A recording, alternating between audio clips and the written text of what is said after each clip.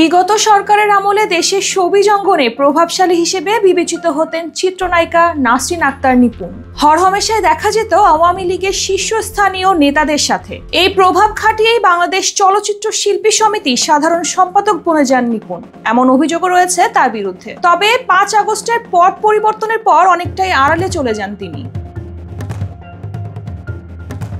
চিত্রনায়িকা নিপুণ আক্তার দেশে নাকি লন্ডনে, সেটি নিয়ে অনেকের মধ্যেই তৈরি হয়েছিল ধোঁয়াশা। তবে এবার মাস্ক পরে লন্ডন যাওয়ার পথে আটকে গেলেন নিপুণ। সিলেট ওসমানী বিমানবন্দর হতে জাতীয় গোয়েন্দা সংস্থার আপত্তির প্রেক্ষিতে বিমানবন্দরেই আটকে যান তিনি। বিমানবন্দরে দায়িত্বরত এক গোয়েন্দা কর্মকর্তা নিশ্চিত করেছেন বিষয়টি। জানা গেছে, সিলেটে ওসমানী আন্তর্জাতিক বিমানবন্দর থেকে লন্ডন যাওয়ার পথে এই অভিনেত্রীকে আটকে দেয় ইমিগ্রেশন পুলিশ। প্রাথমিক জিজ্ঞাসাবাদ শেষে তাকে ছেড়ে দেওয়া হয়েছে। লন্ডন সফর বাতিল করে ঢাকায় পাঠানো হয়েছে নিপুণকে। তবে ঠিক কোন অভিযোগে এই অভিনেত্রীকে আটকে দেওয়া হলো তা এখনো জানা যায়নি।